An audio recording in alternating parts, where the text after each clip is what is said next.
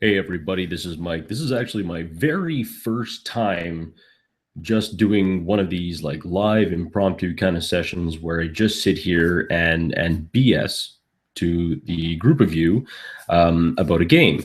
I recently got Star Fantasy Flight Games Star Wars Edge of the Empire, completing my collection of all three core books. And I'm very new to the game myself. I just started running the game. Definitely got hooked up with the fever that is Star Wars, especially with Episode 7, The Force Awakens, and I have to say that I love this game. I do.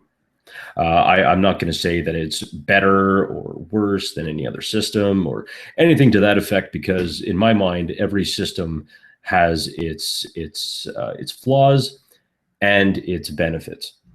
So for starters, I'll just show you the books here because they are just a little on the heavy side. The Fantasy Flight Games, the three books. The first one in the series is Star Wars Edge of the Empire. And I just realized now that that is probably backwards. So let's just go ahead and there we go. Look at that. It's all readable and stuff. So here we go. Edge of the Empire. The second book is called Age of Rebellion. And the third, if you didn't see it already, is called Force and Destiny. So each one of these three books all contains the core system mechanic. So you don't necessarily need to purchase all three. It's probably good that you would, depending on the type of game you wish to run. And each one of them gives you information about the dice mechanic, which I'll go over later because that is definitely something that requires its own thing. It's a very big step away from, I think, what a lot of people are used to in a numerical dice interpretation system, and puts it to something that is more symbolic. So if you are running, or if you wish to play or run in one of these games, one of the big things is what kind of game do you want to play? Or if you're a player, what kind of a character do you wish to be? So, for example, in Edge of the Empire, you can play as a bounty hunter. Relive your wildest fantasies of Boba Fett. Flying through the galaxy, stopping criminal scum, or even be a smuggler yourself. Be Han Solo. Be going the Outer Rim. From the deserts of Tatooine to Hoth to Endor. All of these classic things that you can, all these different places you can go. As a group, you can have, you have a ship, with smugglers and cargo and all sorts of things, evading Imperial troops. It's a very it's a very open kind of system that really gives a lot to role play. And that's the one thing that I very much like about Fantasy Flight Games. In Age of Rebellion, I think that one should be pretty obvious. You are either members of the Rebellion or members of the Empire, and you are basically in that state where the first three movies, episodes 4, 5, and 6, were taking place. Matter of fact, if I remember correctly, Age of Rebellion can begin necessarily wherever you wish, but in the book, it does state that it happens just after the Battle of Yavin, which is where the first Death Star was destroyed. In Force and Destiny, this one right here, you are playing as a Force user. You're playing as either Jedi or Sith. You have a kind of a system, as each one has a system well, at least in Force and Destiny, it's morale. In Age of Rebellion, you have something called duty, and duty gives you kind of an extra mechanic to add a depth to your character, which I think is just fantastic. And in Edge of the Empire, you have what is called obligation, And obligation, again, it is something that is near and dear to your character. It is very, very focused, and these things can be used by the GM to influence decisions that you would normally make with your character. So it's really, really interesting stuff. Now we come to the meat and potatoes part of it. So the dice. Don't worry about that. That was just the dice falling. The dice are a little different in this game versus a D20 system like 5th edition. So let's go with Dungeons and Dragons. In Dungeons and Dragons, the DM gives you a difficulty to do something. So let's say, for example, you're playing as a rogue, and you need to jump to a ledge to kind of sneak around some bad guys. So the DM in his mind has a difficulty rating of it. For example, let's say it's a DC of 10. And as you know, as a player, okay, you know, you roll your die, and okay, you know, I got a 12. So you succeed, and you role play it out, and you do however you like, and you carry on as normal.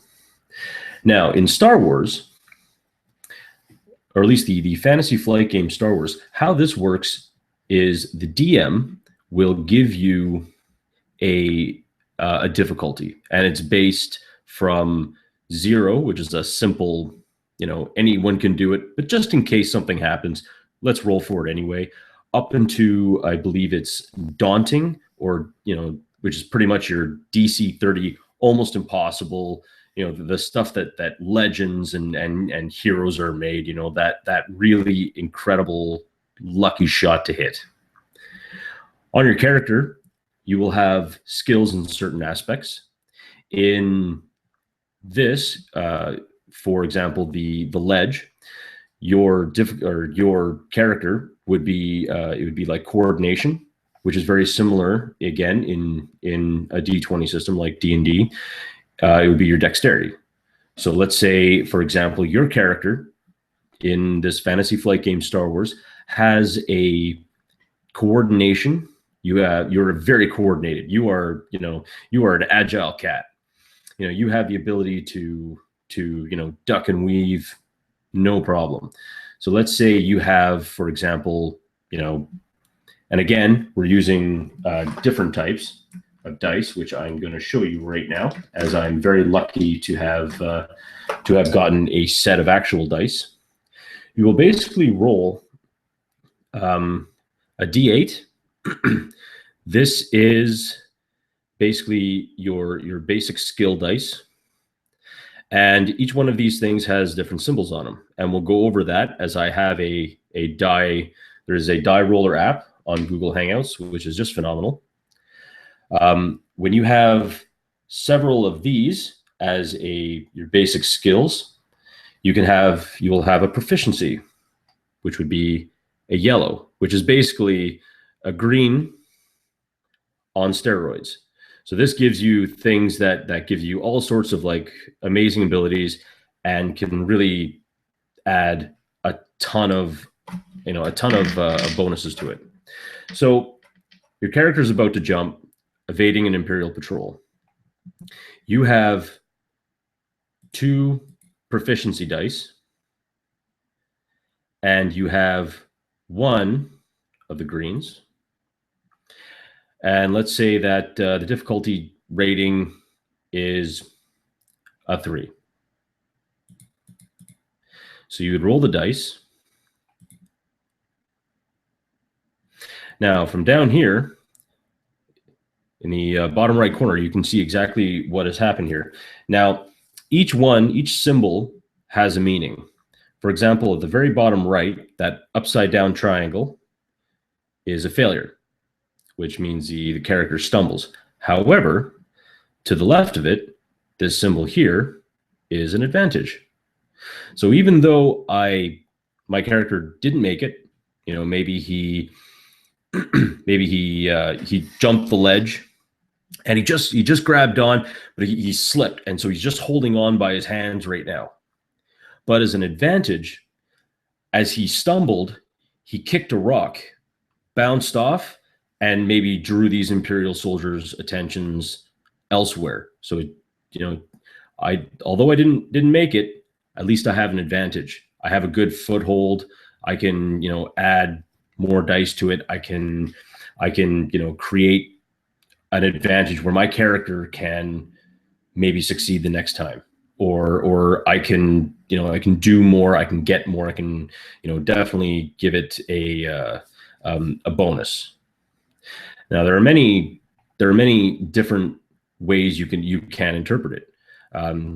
You failed, but in a sense, it's not so bad. It's the same thing that if let's see if we try and roll it again.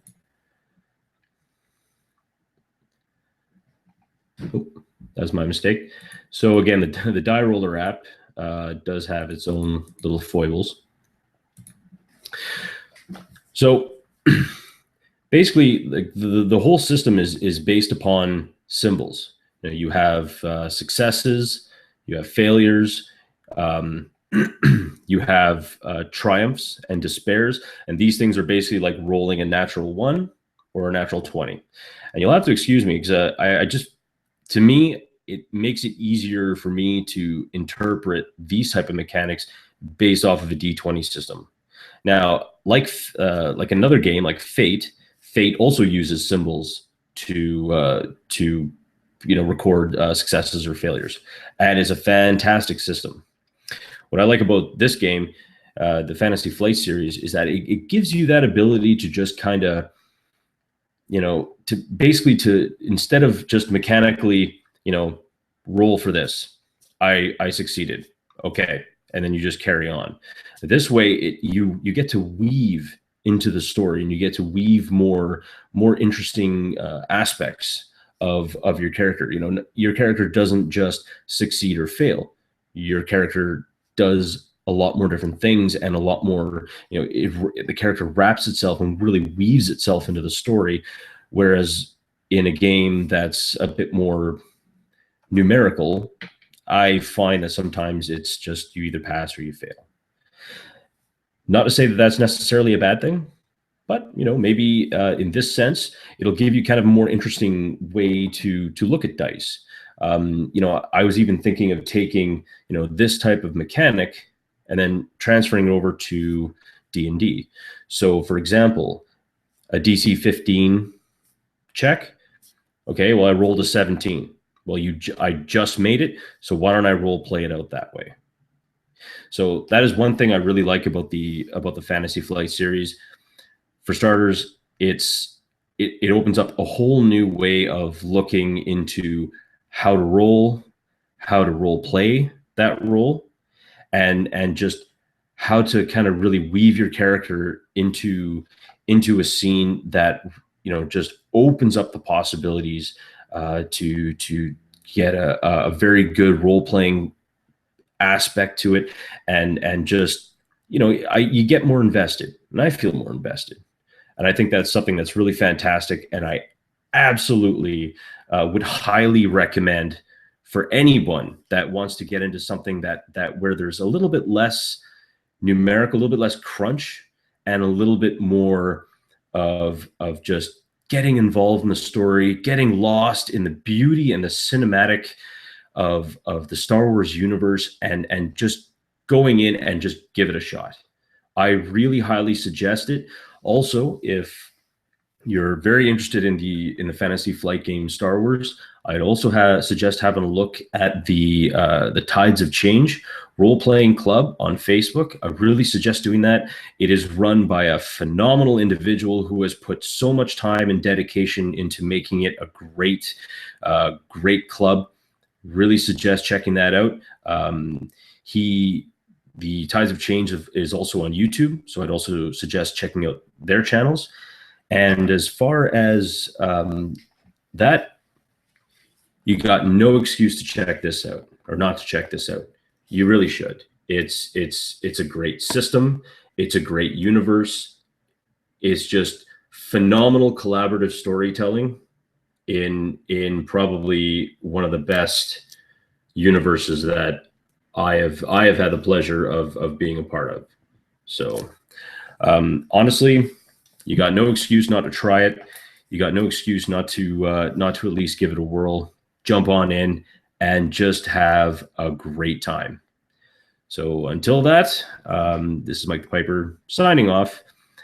Enjoy and happy gaming all.